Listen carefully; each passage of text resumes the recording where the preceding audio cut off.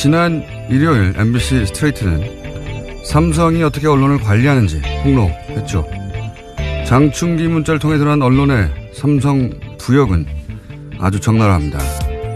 KBS, MBC, SBS가 특정 사안을 모두 다루지 않거나 한 꼭지만 다루기로 했다고 장충기 사장에게 보고하는 문자나 신문사설을 아예 빼기로 했다고 보고하는 건 약과였습니다. 연합뉴스 이모 편집국장 대행은 장충기 사장에게 이렇게 문자합니다. 삼성 현안에 대한 선배님 생각을 평소에 들어둬야 기사에 반영할 수 있다. 삼성이 원하는 게 뭔지 미리 알아두겠다는 거죠. 문화일보 간부 문자는 더 이상 녹을 죽일 수가 없습니다. 문화일보 그동안 삼성의 눈으로 세상을 보아왔습니다. 도와주십시오. 저희는 혈맹입니다. 우리나라 언론 상황이 이렇습니다. 더욱 말이 안 되는 것은 이런 언론 상황을 폭로뉴스가 포탈을 모두 뒤엎어도 모자랄 판인데 관련 기사 찾기가 아주 어렵다는 겁니다. 뉴스공장은 삼성을 잊지 않겠습니다. 김은수의 약속이었습니다. 시사인의 김은지입니다. 자, 오늘은 뉴스가 아주 쏟아진 날입니다. 예, 아주 많은 뉴스가 나왔는데 첫 번째 뉴스가 뭡니까? 네, 대북특별사절단 대표가 어제 평양에서 김정은 북한 노동당 위원장을 만났습니다. 정우영 청와대 안보실장을 수석으로 하는 특사단이 어제 오후에 평양에 도착해서요. 김 위원장과 면담을 하고 만찬을 함께 했는데요. 특사단은 김 위원장에게 문재인 대통령의 친서를 전달했습니다. 또 문재인 대통령의 한반도 평화를 위한 비핵화 방법론, 북미 대화 구상 등에 대해서 김 위원장의 생각을 들은 것으로 알려졌습니다. 이게 이제 보니까 시간을 보니까 비행기 내리고 숙소 도착해서 짐 풀고 바로 만났더라고요. 거의 보니까. 네. 6시에 접견과 만찬을 했는데요. 네. 평양에 도착한 시간이 2시 50분이었습니다. 그리고 숙소에 도착한 게 3시 40분이었기 때문에요. 네. 굉장히 빠르게 진행된 겁니다. 이제 과거에 이제 남측 특사가 북에 갔을 때 이제 특징을 보면 일단 예를 들어서 김정일 위원장 같은 경우에 특사가 김정일 위원장을 만날 수 있는지 없는지를 알려주지 않았어요. 마지막까지 애를 태운 경우들이 꽤 네. 있었습니다. 기본적으로 만난다 하더라도 마지막 순간에 만난다든가 만난 자체가 이루어질지 안 이루어질지를 북한에 가서도 알 수가 없었던 상황이었거든요. 근데 이번에는 도착하자마자 가장 먼저 만난 사람 이게 된 거죠. 예. 그만큼 처음부터 바로 만난 거니까 과거의 사례라 비교해 보자면 의지가 아주 강력하다. 그리고 뭐 이런 남측과 줄다리기 하는 거는 뭐 전혀 필요 없다고 본 것 같고요. 예. 아무래도 2번 왔기 때문에 그런 것도 있겠고 완전히 달라졌어요. 예. 이 부분은. 그리고 사실은 이 만남 자체가 남북 자체의 만남은 목적이 아니고 이 만남 이후에 이제 북미 만남을 어떻게 할 것인가 이걸 남측, 북측 모두 준비하는 단계, 중간 단계잖아요. 그러니까 중간의 만남은 그 자체는 목적이 아닌 거죠. 네, 1박 2일 일정으로 오늘 오후에 오고요. 정우영 수석이 문재인 대통령에게 보고를 한 다음에 미국으로 방문할 예정입니다. 징검다리인 과정일 뿐이기 때문에 남측, 북측 모두 그 상황 인식이 동일한 것 같고 여기서 이제 결국 미국의 이 특사단이 고스란히 넘어갈 거 아니겠습니까? 넘어가서 북측과 대화를 성사시키기 위한 조건을 남측과 북측이 대략 합의한 것 같은데 그중에서 핵심은 이제 비핵화 얘기가 다 당연히 나올 텐데 이게 어느 수준에서 정리가 됐는지가 핵심이겠죠. 굉장히 큰 뉴스죠. 사실은. 요 다음 바로 이 특사단이 미국으로 갈 것이고 특사단이 이 정도 되면은 트럼프 대통령도 만난다고 봐야 되겠죠. 예. 네, 아마 그럴 것으로 보이는데요. 네. 특히 그래서 우리 정부가 북한의 특별사절단 파견하는 과정에서도 미국의 입장을 각별히 신경 썼습니다. 특사단 파견의 세부 방안과 일정까지도 모두 미국의 입장을 최우선적으로 고려한 흔적이 나온다라고 하는데요. 미국을 대화 테이블에 앉히기 위해서 이 모든 과정들을 미국과 함께 공유해야 된다라고 생각했다는 겁니다. 뭐 어제도 전해드렸지만은 트럼프 대통령도 이 만남을 기다리고 있는 것 같고 뭐 대화가 이루어질 것 같다는 얘기를 하는 걸 보면 문재인 대통령 메시지를 가지고 김정은을 만나고 그런 다음에 마지막 만날 사람은 이제 트럼프 대통령이 되는 일종 상강무역 같은 그런 일이 현재 벌어지고 있는 와중입니다. 북한하고는 어제 이게 김정은 집권 이후 남측 인사를 처음 만난 겁니다. 네, 그렇죠. 예. 집권 7년 차인가요? 8년 차인가요? 그 정도 된 것 같은데. 처음 만난 역사적 만나기긴 했는데 그 만남 자체로 끝나는 일이 아니어서 그 다음 뉴스가 더 궁금해지는 지금 뉴스입니다. 이 뉴스 이 뉴스 굉장히 큰 뉴스인데 네, 오늘 오후에 귀국을 하기 때문에요. 기후에 관련된 사항들이 나올 것으로 보입니다. 왜냐하면 현재로서는 기자단이 따라간 게 아니기 때문에요. 관련된 보고들이 아직까지 원활하게 나오고 있지는 않거든요. 알겠습니다. 이게 첫 번째 뉴스고요. 자, 두 번째 뉴스는 뭡니까? 네, 안희정 충남도지사의 수행비서였고 지금은 정무비서를 맡고 있는 김지은 씨가 미투에 나섰습니다. 안 지사가 수개월간 자신을 성폭행했다라고 주장한 건데요. 김 씨가 그간 용기를 내지 못하다가 미투 운동이 벌어진 지난 2월에도 성폭행이 이어지자 검찰에 고소하고 언론에 알리기로 결심했다라고 밝혔습니다. 그래서 오늘 중으로 검찰이 안 지사를 성폭행 혐의로 형사고소할 예정인데요. 이에 대해서 안 지사 쪽에서는 처음에는 합의에 의한 관계였다라고 주장을 했는데요. 또 어제 새벽에는 안 지사가 그러니까 오늘 새벽에는요. 안 지사가 직접 글을 쓰면서 이 모든 것들에 대해서 사과하고 그리고 자신은 정치적으로 도지사직을 내려놓겠다라고도 밝혔습니다.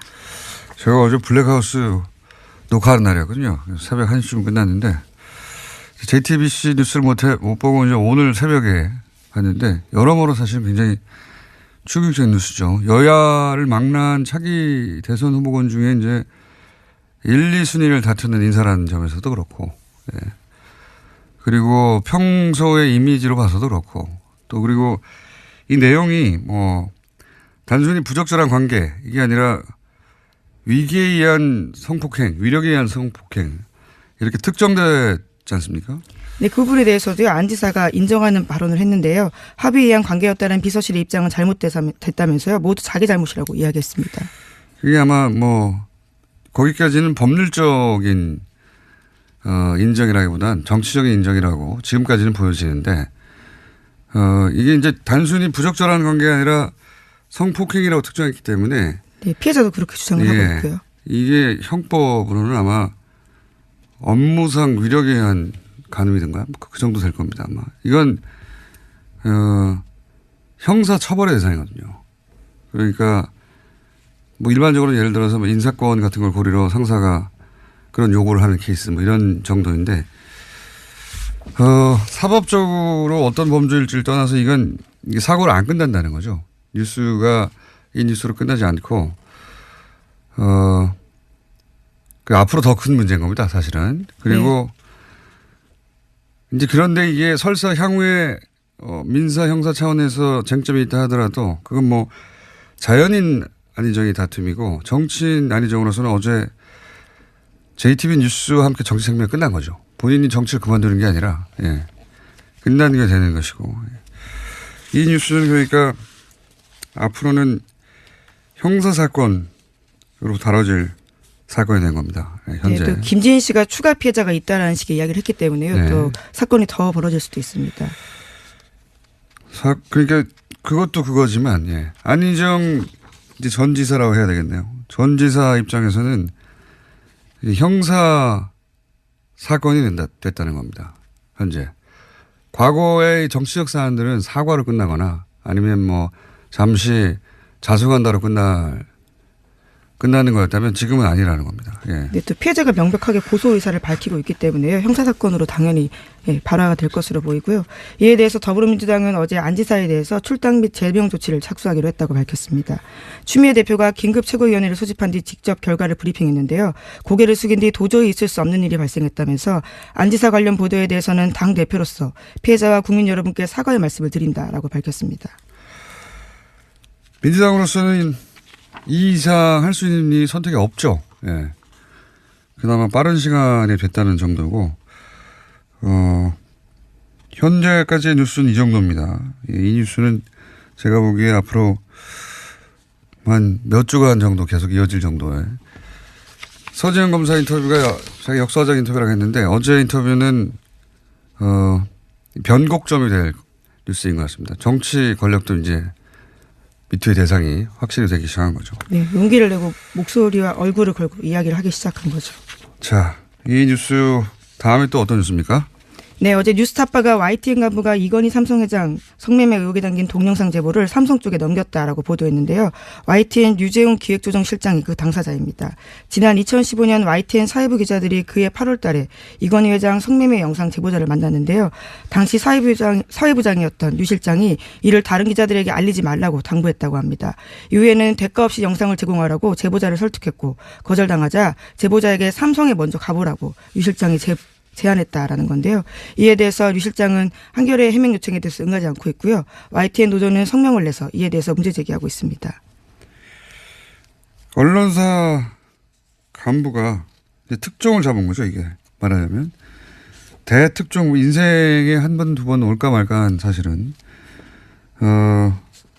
우리나라 제1기업 회장의 성매매 의혹이 담긴 동영상 제보를 받았어요. 네, 불법 사실인 거죠. 네. 대특종이죠. 근데 이제 그 본인이 속한 그 언론사의 간부인데 본인이 속한 언론사로 달려간 게 아니라 그래서 보도하는 게 아니라 예, 삼성을 향해 달려간 겁니다. 이게. 예.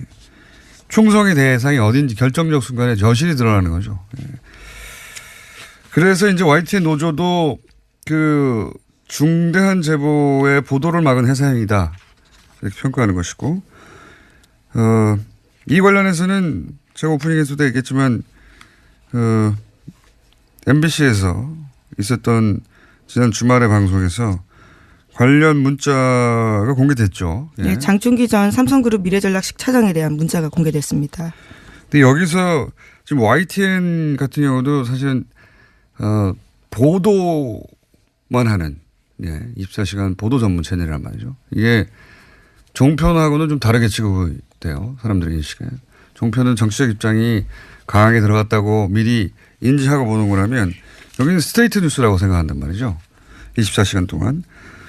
그래서 이제 더욱 그 문제가 되는 것이고 그다음 또 하나 스트레이트로 모든 언론이 받아 쓰는 통신사가 연합이죠. 네, 연합뉴스도 문제가 됐습니다. 영상은 YTN이라면 그 모두가 받아 쓰는 텍스트는 연합인 것이죠. 둘 다 양쪽에서 지위가 비슷하다고 보시면 되는데 여기서도 문제가 나왔죠. 네, 앞서 말씀해 주셨던 내용의 연장선인데요. 연합뉴스TV의 편집국장 직무대행을 맡았던 사람입니다. 당시에는 연합뉴스 편집국 책임자이기도 했었는데요. 장충기 사장에게 한번 만나고 싶다. 식사 한번 같이 하자라는 식의 이야기가 있고요. 말씀처럼 혈맹, 형님, 선배와 같은 내용들이요. 주르륵 나옵니다. 미리 삼성 생각을 알아야지 우리가 이 기사를 쓸 수 있지 않겠냐. 그런 말은 뭐 사안이 발생해야 그때 가서 대응하는 게 아니라 미리미리 우리가 알아서 하겠다. 이건 어떤 사안을 터졌을 때 삼성이 막아냈다고는 차원이 다른 얘기예요. 미리미리 우리가 알아서 삼성 문제는 걸러주겠다는 제안과 마찬가지인데 그런 문자가 단순히 간부 중에 한 사람이 아니라 편집국장, 총괄하는 편집국장의 지위에 있던 분의 문자라는 거죠. 미디어오늘이 실명을 공개하기도 아예 했습니다. 이름을 공개했죠. 사실은 뭐 언론계에서는 다 아는 이름이긴 하지만 직접 그걸 굳이 보도한 것은 미디어오늘입니다. 미디어오늘에서 실명도 공개한 상황입니다. 해서 이 뉴스도 앞으로 계속 나올 수 있는 뉴스인데 제 불만은 이런 뉴스가 미디어오늘 같은 매체 비평 언론을 제외하고는 본격적으로 안 나온다는 겁니다. 문화일보도 이 정도 되면 노조나 회사 차원의 입장 표명이 있어야 되는데 없고요. YTN도 이랬다면 여기 관련해서 회사가 뭔가 이야기를 해야 되는데 없고요. 혹은 연합이나 YTN이 그렇게 하지 않으면 다른 매체사에서 이거에 대해서 문제 지적을 해야 되는데 안 하고요. MBC나 KBS나 SBS 과거에 그랬다면 그 역시 스스로 논평을 내거나 뭐 해야 되는데 안 하고요. 조용합니다. 조용한 상태입니다. 뉴스공장을 계속 이야기하겠습니다. 다음 수는요? 네, 이건희 삼성전자 회장 관련된 뉴스 하나 더 전해드리면요. 이건희 회장의 차명재산에 관한 과징금 부과가 우여곡절 끝에 31억 원을 걷는 선에서 그칠 전망으로 보입니다. 이 회장이 20여 년간 차명계좌 1,500여 개 2조 원이 넘는 재산을 은닉해온 것으로 보이는데요. 그것에 견주며 쥐꼬리 과징금이라는 비판이 나오고 있습니다. 이건 참 웃깁니다. 삼성뉴스가 우연찮게도 계속 있긴 한데 몇 번 다뤘었는데 4조 대 차명계산이 나왔었는데 과징금을 내면 2조 대를 내야 되는데 여태까지 안 냈다는 거잖아요. 예. 금융당국이나 또는 과세당국이 내버려 뒀다는 얘기였단 말이에요. 계속해서. 근데 최근에 크게 문제가 되니까 이제 금융감독원에서 이제야 이건희 회장의 차명계좌에 대한 검사를 하고 2주간 검사를 했더니 총 나온 게 61억이고, 예, 공이 몇 개나 빠진 것 같아요. 61억이고, 그 중에 절반이니까 31억을 과징금을 매기겠다는 겁니다. 예, 2조대를 얘기했었는데, 10년 정도 이 2007년 얘기거든요. 네, 법이 그렇다는 핑계를 대면서요. 결과적으로 굉장히 바주기식으로 끝인 겁니다. 2007년인데 이제 10년 지나서 계속 문제가 되니까, 예, 정권이 바뀌고 문제가 되니까, 이제 금융당국이 최근 2주간 조사를 해서 그중에서 61억 8천만 원을 찾아내가지고 그중에 31억을 예 대단합니다. 예. 자, 다음 뉴스는요. 네, 이명박 전 대통령의 2007년 대통령 선거와 2008년 총선 당시 불법 자금 모집 그리고 수수 의혹과 관련해서 검찰이 수사 중입니다. 이에 대해서 이명박 전 대통령 참모 4인방에 대해서 압수수색을 단행했는데요. 관련해서는 왕차관으로 불렸던 박영준 전 지식경제부 차관, 송정호 전 법무부 장관이 있고요. 또 이명박 전 대통령의 고려대 동문인 천신일 세종나무 회장 그리고 최시중 전 방송통신위원장이 있습니다. 굉장히 천신일 오랜만에 나온 이름이네요. 예. 박영준 전 차관도 굉장히 오래간만에 나온 이름인데 이 네 사람의 공통점은 지난 이명박 후보 시절의 대선 캠프 핵심이죠. 예. 이 네 분의 이름이 지금 소환된 이유는 뭐냐면 이제 이팔성 전 우리금융지주 회장이 돈을 건넸다는 거 아닙니까? 그게 이제 드러났는데 그걸 쭉쭉 따라가 보다 보니 이것이 이제 당시 비례대표 공천을 위해서 돈이 쓰여진 또 줄기를 또 발견하게 되고 그러면서 이게 총선 자금, 대선 자금으로 거슬러 올라가 있는 상태 같아요. 현재 수가 보니까. 그러면서 이렇게 되면 또 이런 것도 나오겠죠. 아마 포스코 지난주 이제 PD수첩에서 보도했는데 거의 묻힌 뉴스 중에 하나가 포스코가 수상한 투자를 했는데 그중에 예를 들어서 산토스 투자권 같은 경우에. 네, 에콰도르 회사였습니다. 에콰도르. 말도 안 되는 내용인데 그 내용의 핵심이 뭐냐면 포스코를 수상한 투자로 말아먹었다. 덜어먹었다 이런 얘기잖아요. 포스코가 다시 이렇게 나오기 시작하면 이제 박영준 씨 이름도 전 차관 이름도 같이 나오겠죠. 이 네, 수사가 지식경제부 차관이었거든요. 예. 수사가 계속 꼬리에 꼬리를 물고 이명박 전 대통령 관련해서는 아마 당시 총선 자금, 대선 자금, 포스코까지 계속 나올 것 같습니다. 계속 꼬리에 꼬리를 물고. 그 첫 출발을 알리는 뉴스다. 예, 이렇게 보시면 될 것 같고 하나 정도 더 언급하고 시간이 다 됐네요. 예. 네, 어제 제90회 미국 아카데미 영화상 시상식이 열렸는데요. 이 자리에서는 무대에 오른 배우 애슐리 저드의 미투 운동이 촉발된 사회 변화가 언급됐습니다. 뿐만 아니라 타임즈업이라고 해서요. 성폭력과 성차별 시대가 같다라는 배지를 달고 이와 관련된 근절 메시지를 가슴에 담았습니다. 예, 그래서 저희가 처음으로 어제 저희가 낮에 기획한 꼭지인데 우리는 영화 얘기를 좀 하자. 네, 굉장히 낯서네요. 네. 스포츠 얘기도 거의 안 하는데 한 번 정도 한 것 같고. 예. 음악 얘기는 저희가 한 적이 있죠. 음악 얘기라기보다는 최순실 관련 음악을 만들어서 한 적이 있죠. 영화 얘기는 처음 해보는 것 같습니다. 마침 아카데미라 저희가 잠깐 미니를 하나 준비했습니다. 아카데미 시상식이 있었고 미투와 관련된 발언들도 있었기 때문에 오동진 영화평론가 전화 연결됐습니다. 안녕하십니까? 네, 안녕하십니까, 공장장님. 네, 네. 저도 깜짝 놀랐습니다. 네. 그러니까요. 저도 네. 저희 제작진과 얘기하다가 우리 모두 네. 깜짝 놀랐습니다. 우리 이걸 해도 될까? 예. 그리고 뭐 워낙 뉴스가 네. 쏟아지는 상황이었어요. 네. 그래서 아카데미 얘기는 좀 한가한 게 아닌가 뭐 이런 생각했었습니다만 어제 잡았는데 어떻게 또? 알았어요. 네. 자, 이거는 그러니까 큰 뉴스들이 터지기 전에 잡혀 있던 거라 짧게 하겠습니다. 네. 연결했던 이유 중에 하나가 이 영화적 다양성이 부족해졌고 우리나라에 그래서 사실 아카데미와 관련된 영화들도 극장에서 보기 힘든 거 아니냐 이런 얘기 하다가 여기까지 간 거거든요. 네. 예.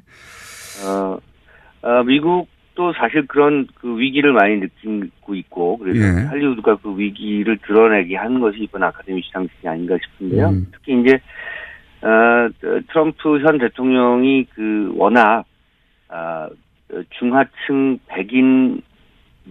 백인을 중심으로 한 미국을 재건설하겠다 뭐 이런 그 정치적인 어떤 그런 모토를 갖고 있는 터라 할리우드가 사실은 그런 부분에 있어서 정치적 저항을 많이 보여왔고요. 이번 아카데미 시상식의 면면이 반 트럼프적 정서, 지금의 어떤 미국 정치의 어떤 위기 이런 것들을 굉장히 적극적으로 드러내고 있습니다. 시상식 자체가 운동이 결합되어 있는 그렇죠. 시상식 자체가 그렇고 그다음에 수상의 내용들을 보면 그렇고요. 거기 이제 미투 운동이 결합되어 있는 거죠. 그래서 이제 여러분들 잘 아시는 것처럼 이것들이 모두 이렇게 합쳐져서 이른바 이제 타임즈업, 그러니까 새로운 시대를 맞이하고 또 새로운 시대로 도약하는 그런 정신들을 이번 아카데미 시상식에서 많이 보여주고 있습니다. 알겠습니다. 시상 면면을 보시면 아시면 됩니다. 면면을 보시면. 네네. 자, 그러니까 미국의 문화예술계가 트럼프 행정부를 상대로 자신들이 가진 방식으로 힘을 가진 방식으로 이제 저항하는 거다. 아카데미 전체가 그런 의미가 있다. 그건 알겠고요. 자, 꼭 이 영화를 꼭 짚어서 나중에 극장에서 보기 힘들면 어떻게 구해서라도 봐야 한다. 그런 극장을 찾아다니면서라도.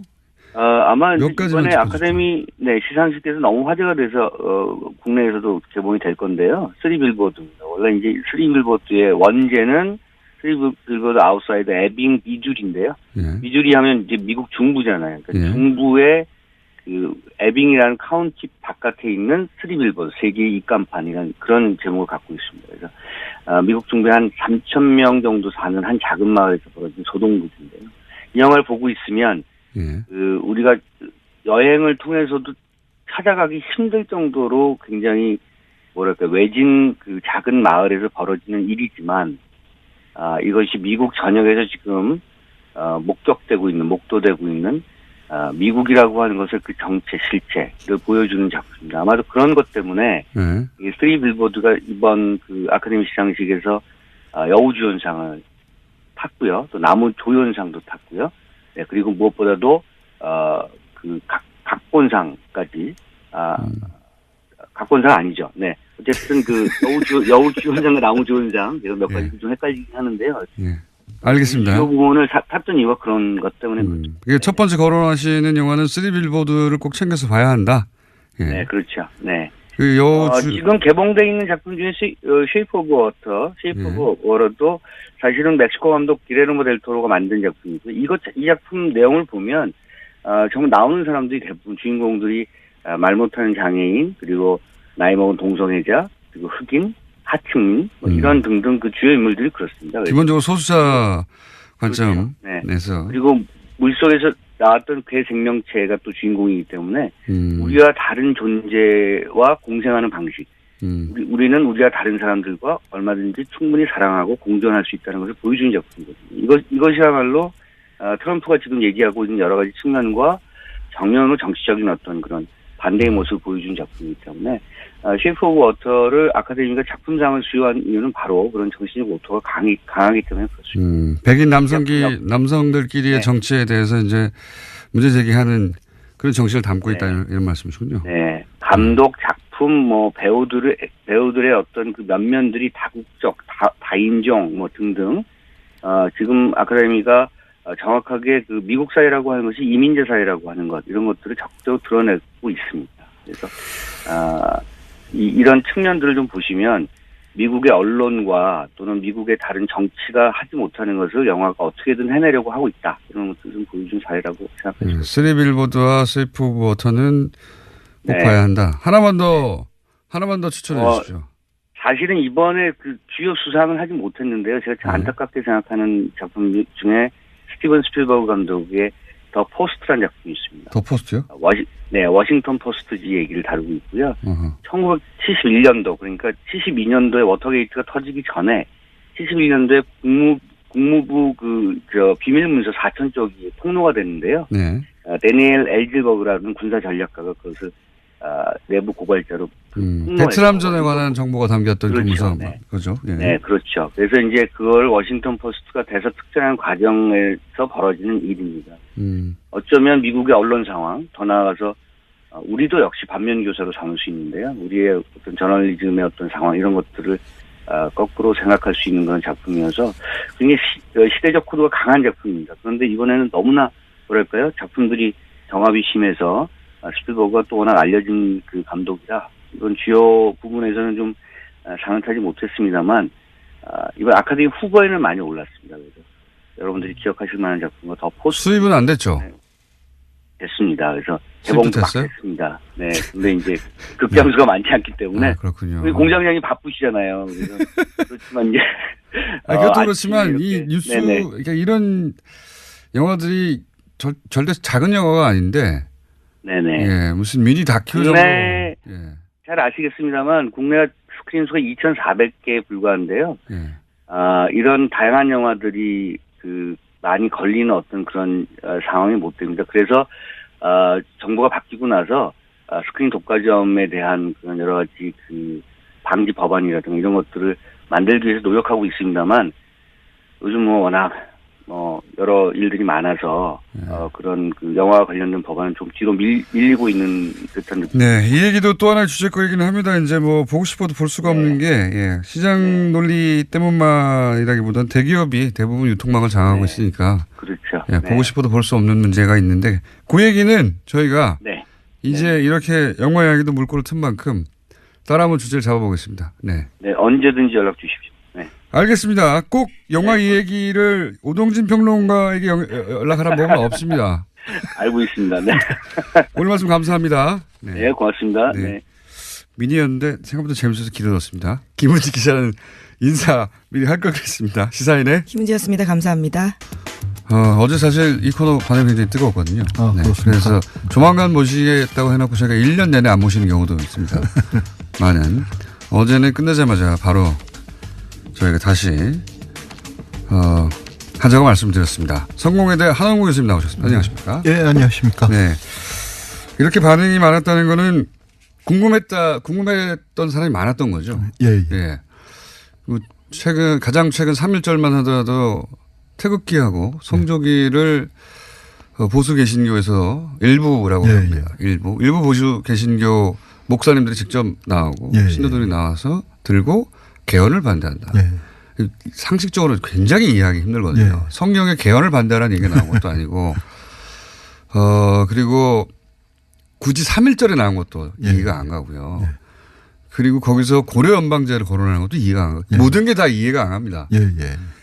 근데 이제 어제 70년대까지 역사 그 개신교가 일제시대에 대부분의 목사님들 교회가 친일파가 되었고 그리고 해방 이후에는 친일파의 재산들을 받아서 미국의 장려와 함께 적극적인 장려와 함께 그런 재산을 받아서 보수 개신교의 세를 얻어갔고 그러면서 그 과정에서 이제 제주 4.3에 민간인 학살에 목사님들이 동원됐고 뭐 이런 이야기를 처음 듣는 분들 굉장히 많았을 거예요.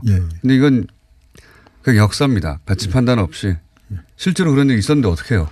그러게 말입니다.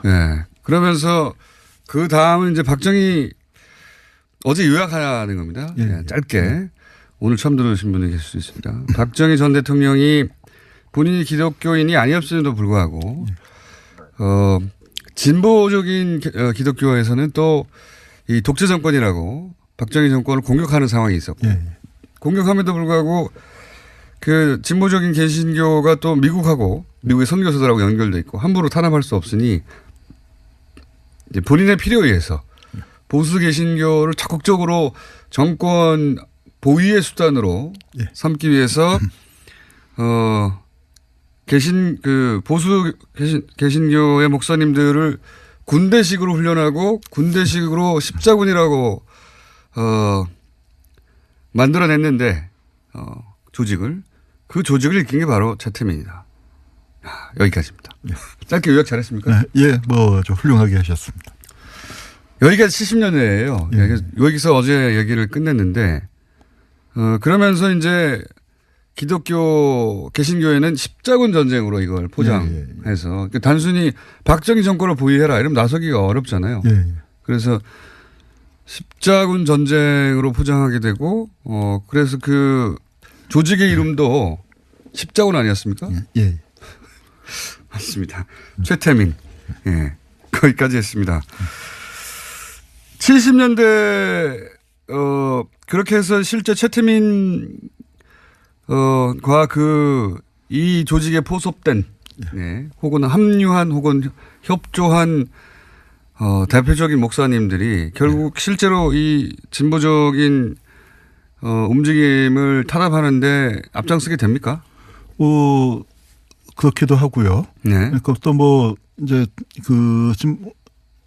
목사님들이 많으니까 뭐 이제 그 다른 분들이 또 나서서 진보적인 쪽을 탄압하기도 하고 그럽니다. 근데 그 최태민 목사하고 같이 일했던 분들 중에 나중에 이제 뭐 한기총이나 뭐 그런 데서 중요한 역할을 하는 사람들도 있었다고 최태민 목사와 함께 일하다가 한기총에서 나중에 일하게 돼요? 나중에 이제 그렇게 된 사람들도 덜어 있는데. 덜어 있구나. 그러니까 이제 그 문제는 지금 현재 뭐 한기총이나 그쪽은 최태민은 기독교가 아니었다. 이제 이렇게 부인을 하고 있죠. 지금은 그렇게 말할 수 있습니다. 그런데 이제 그 당시에 최태민 씨와 같이 일했던 사람들이 기독교 주류 쪽을 확 빨아들였다고 저는 생각을 합니다.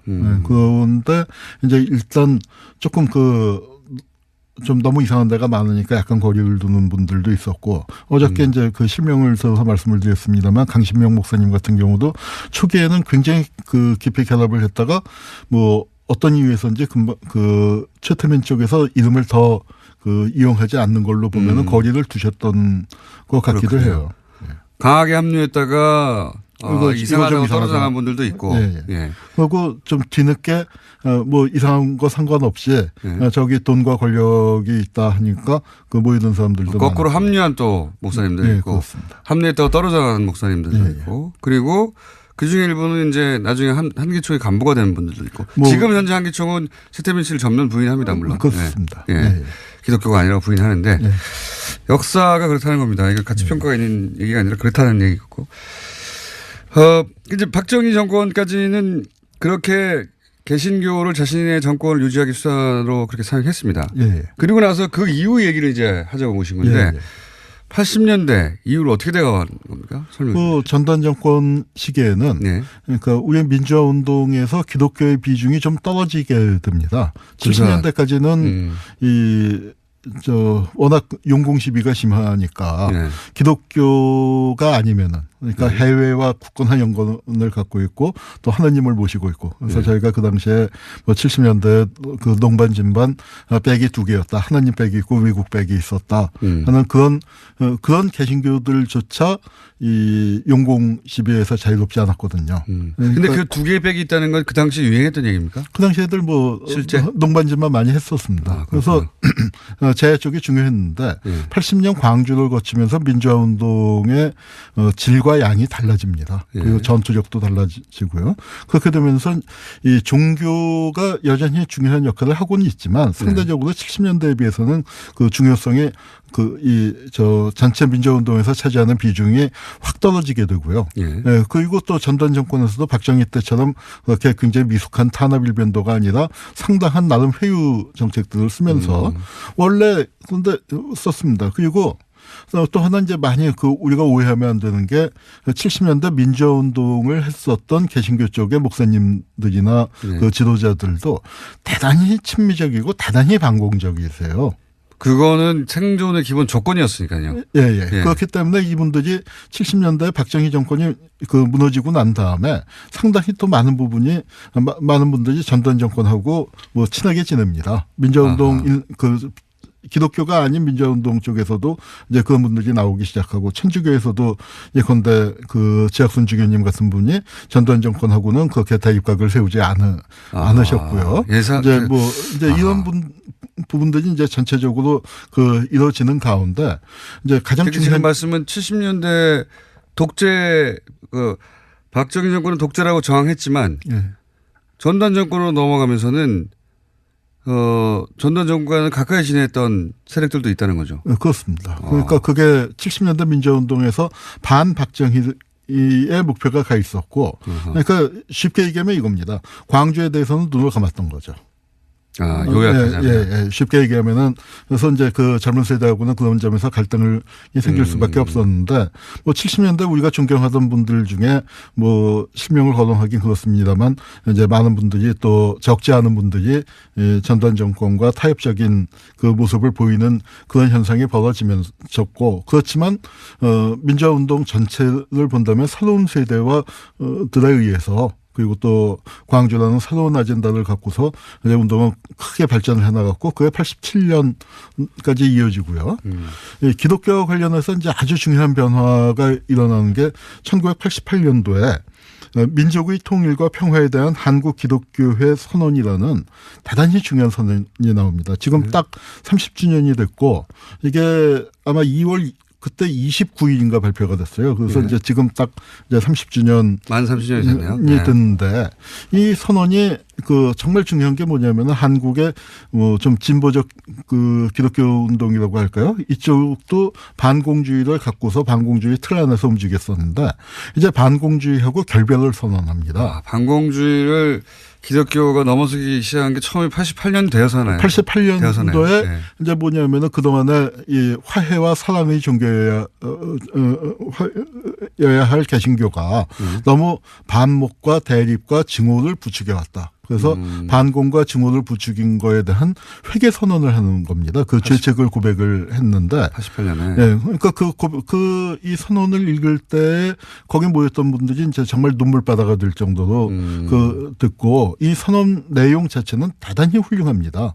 안기부에서 꼬투리를 잡으려고 했는데 정말 꼬투리 하나 잡을 수가 없었다는 얘기가 나올 정도로 대단히 훌륭한 선언이었고 사회적으로도 의미가 컸었고 그다음 이 여러 가지 이제 충격파를 줬는데 이게 예측하지 못한 이상한 결과를 가져옵니다.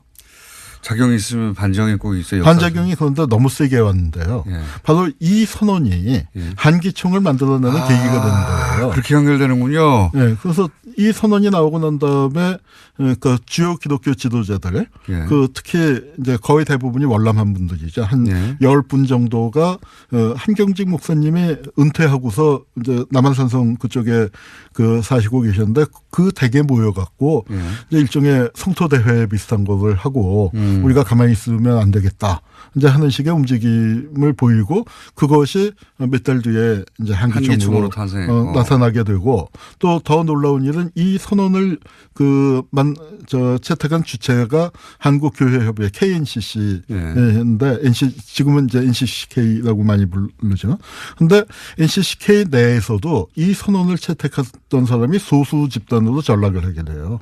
그러니까 이 한국 기독교 전체의 어떤 보수화가 이루어지는데 저는 이 보수화의 단계가 두 번 있었다고 생각합니다. 하나는 정말 역사적인 의미가 깊은 이 선언이 나온 뒤에 반작용으로 89년도에 한기총이 만들어지는 게 한 번이고, 그 지점은 바로 이제 한국 사회 민주화가 진행되면서 보수가 결집하기 시작을 하죠. 그리고 예컨대 전쟁 기념관 같은 게 만들어지는 게 바로 그 시기입니다. 그리고 또 한 번이 2003년도에 노무현 정권이 또 서게 되면서 이 대형 교회가 이제 시청 앞에서 대규모 집회를 갖게 되죠. 아, 대형 교회들이 시청 앞에서 정치적인 발언을 하기 시작한 게 노무현 정부 들어서입니까? 2003년입니다. 들어서기 직전이죠.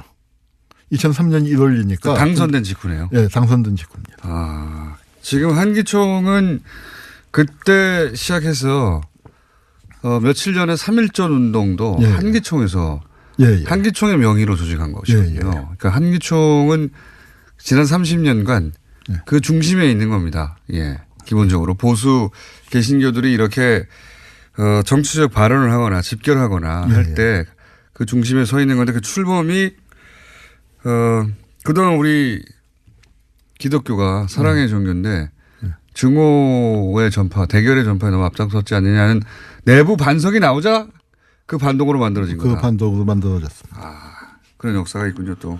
거기에다가 그리고 그분들이 길거리로 나오기 시작한 게 노무현 정부가 출범하기 직전 당선된 직후였다. 예, 그렇습니다. 거기에는 이제 이거는 그냥 단순히 종교가 아니라 한국 사회의 변동하고 맞물려 있는데요. 이 강남 개발하고 맞물려 있다고 생각을 합니다. 교수님의 해석으로는요? 왜 그렇습니까? 이제 부동산이 그 개발되는 게 우리 그 강남에 또 교회가 이제 확 생겨나고 그러면서 이것이 뭐냐면은 이 다들 잘 살고 싶고 그런 개발의 욕망 같은 것들이 번져나가면서 이게 교회의 구도 속에서도 그렇게 되면서 대형 교회들이 생겨나고 대형 교회만 살아남는 현상이 벌어지죠. 그래서 이제 그 우리나라가 이게 90년대 통계로 쳐도 전 세계 대형 교회 50개 중에 23개가 그 대한민국에 있었다고 했는데 23개. 지금 치면은 아마 100대 대형 교회에 한 80개 정도는 그 대한민국에 있고 60개 정도가 서울에 있지 않을까 생각이 드는데요. 그게 이제 이게 잘 피부에 와닿지 않았을 텐데 전 세계 기독교 인구의 우리나라가 몇 프로 되지 않을 텐데 전 세계로 치면. 그런데 전 세계에서 지난 그 냉전 시기에 가장 성령 대폭발한 게 한국입니다. 그렇죠. 그런데 그 기준으로 보시면 우리나라의 교회가 얼마나 많고 얼마나 대형화되었는지 그러니까 재벌의 성장사하고 비슷해요. 그러니까 그 완전히 동네 그 구멍가게 상권이 죽는 것처럼 그러니까 50명 100명 뭐 하는 정도의 그 소형이나 중형 교회들은 다 죽어버리게 되고 이게 문제가 뭐냐면은 신자 수가 조금 늘었는데 뭐냐면 일반 교회 가면은 신자 수가 팍팍 줄고 있거든요. 대형 교회가 많아요. 그 제외하고는 그러니까 신자가 대형 교회로 이동을 합니다.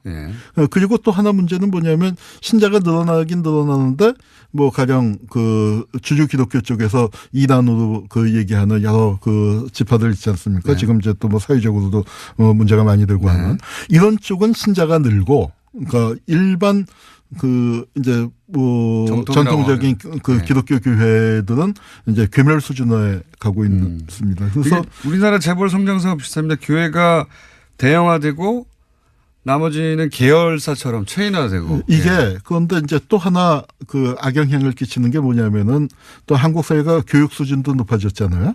그리고 이제 중소교회는 이제 공동화되고 그러면서 한국 사회에 힐링 바람이 불죠. 뭐 그 자연스러운 결과라고 생각합니다. 왜냐하면 그동안에 아주 급속한 산업화 근대화를 거치면서 상처받은 사람들 또 특히 성장 신화를 내걸면서 이제 쭉 다름질 쳐왔는데 거기서 사실은 소외되는 사람이 훨씬 더 많지 않습니까? 그러니까 일부는 가령 예컨대 뭐 순복음교회 같은 데서 삼박자 구원론으로 그러니까 영혼과 몸과 재물 그걸 다 구원을 받을 수 있는 이제 그런 걸로 해서 흡수되지만 거기서 흡수 안 되는 분들이 이제 예컨대 산기도원이라고 해서 전 세계 그 기독교에 한국밖에 없는 현상이 두 가지가 있어요. 하나는 산기도원하고 새벽기도. 새벽기도가 다른 나라는 없습니까? 없습니다. 60년대까지만 해도 70년대 초반까지만 해도 한국 기독교에서 새벽기도를 거부하는 움직임도 상당히 컸습니다. 그런데 이제 이 산기도원에 가 있었던 분들이 일반 교회에서 좀 감당하기 힘들거나 일반 교회에 부흥해 갖고는 그 만족을 못하는 분들이 이제 훨씬 더 강렬한 체험을 원해서 갔는데 산기도원이 그래서 작은 교회들하고 연결 고리가 있었는데 작은 교회가 몰락하게 되면서 산기도원이 존립이 안 되니까 해체가 되고 이분들이 교수님? 거리로 나와서 이게 박수 한번 하고 한 번 더 모셔야 되겠습니다. 아무래도 한원구 교수님이었습니다. 네, 감사합니다.